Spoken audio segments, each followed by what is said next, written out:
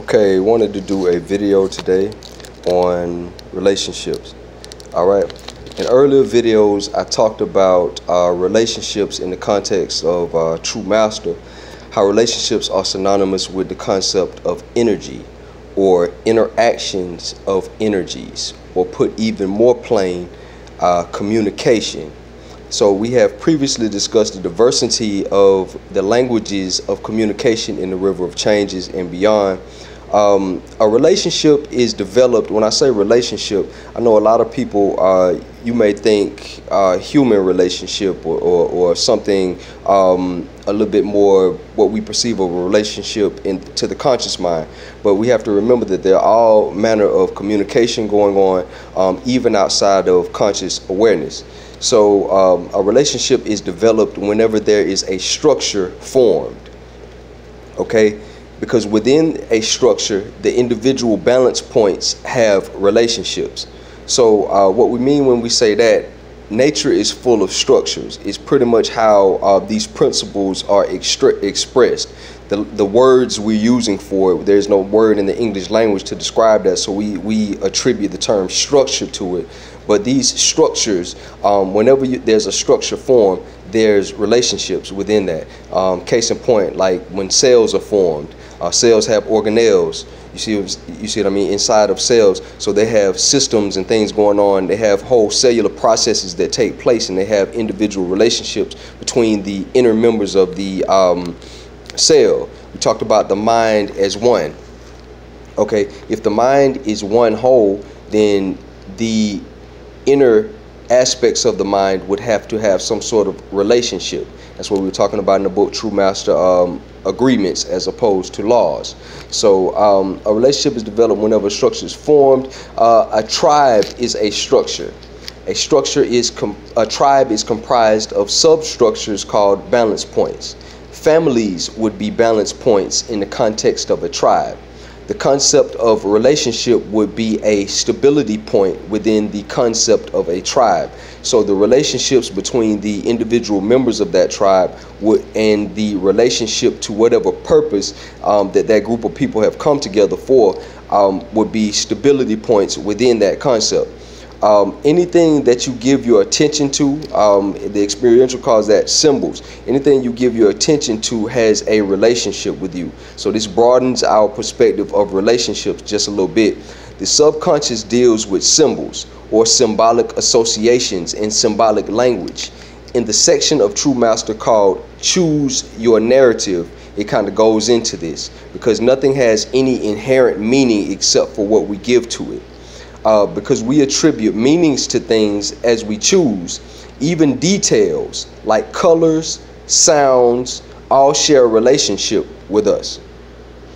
A color, a sound, a feeling, or a memory may remind you of something. These details are building blocks of memories, which bridge into events, which ties back into the language of events or the language of situations, which bridge into intangible principles once again. Relationships are binding like contracts, and if you go into self to self, we talk a lot about agreements. Again, we talk about the laws of nature, the universal laws, the universal principles as agreements. Even after a person gets a limb amputated, they will still feel it. This is called phantom limb. The ancients would leave personal belongings in their deceased relatives' tombs. Could it be the relationship between the personal nature and network of associations of the physical object for the deceased is a level of adherence for their mental essence to linger on the physical level? All right. So that's another aspect of relationships. The things that we kind of hold dear, we build relationships with it. I mean, we don't think of it as interactive as a relationship with another person. That's a different level of relationship. But you still have, if you have something, if you played Nintendo as a kid or whatever, the concept of video games or Nintendo might have, you might have a particular relationship with certain things or whatever. Certain memories may be attached to certain things, as well as, let's say, when we deal with relationships, let's take something like Jesus Christ, right? Whatever your real belief is or relationship with Jesus Christ, realistically, it can't be as strong as your relationship to your grandmother, because you know what her voice sounds like, you know what she looks like when she's mad, you know what her cooking smells like, all these different things or whatever. So you would actually have a closer association with physical people that you actually run in contact with. You are a symbolic representation on the physical of an ancestor, let's say, that may be deceased or what have you. So they have a relationship with you. They have a reasoning to have some sort of attachment to you. Okay, on a larger scale, relationships contribute to a person beyond the physical level. You also exist as a thought form in people's minds. Your relationship with people contributes to your name. The name transcends the physical. It is based on your relationship with people and society, etc. This becomes a symbol which links back to some intangible principle. And again, we say you are your whole experience. So the way nature operates by equilibrium through interdependence, right? That suggests relationships. That suggests, like we talked about earlier, a whole ecosystem of relationships. So when I speak of love as agreement, when we talk of love as solidity, love as agreement, love as the force that binds things together, right? When we say love is agreement, I mean some agreement had to take place for that relationship to exist. Okay, so tension cannot be maintained, but relaxation can indefinitely be maintained. So just to put context to this,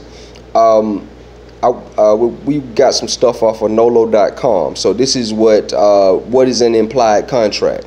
Okay, an implied contract is created when two or more parties have no written contract, but the law creates an obligation in the interest of fairness based on the party's conduct or circumstances. Two types of implied contract: implied in law and implied in fact. Implied in law creates an obligation between the parties based on the facts of the situation. Implied in law imposes a duty to perform a contract and will enforce a contract even against a person's will to prevent unjust enrichment.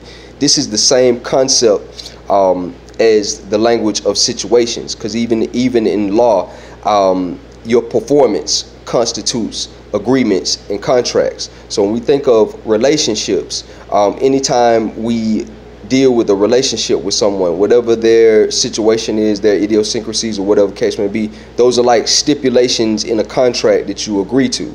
So any type of communication that we receive, or any type of communication, that's a transference of energy, and it would suggest some type of relationship. Okay, when we start getting more into collective consciousness and things like that, two main stabilizing factors for any group entity is the relationship to the purpose that formed it, and the relationship, the purpose that forms it is akin to one of these intangible principles that we keep talking about, for their assembly, okay, and the relationship between individual balance points. And that's what we call the language of position. So we just want to kind of delve into the concept of a relationship and kind of go beyond the scope of just person-to-person relationships, and let it be known that the conscious mind processes a fraction of the details of the subconscious mind.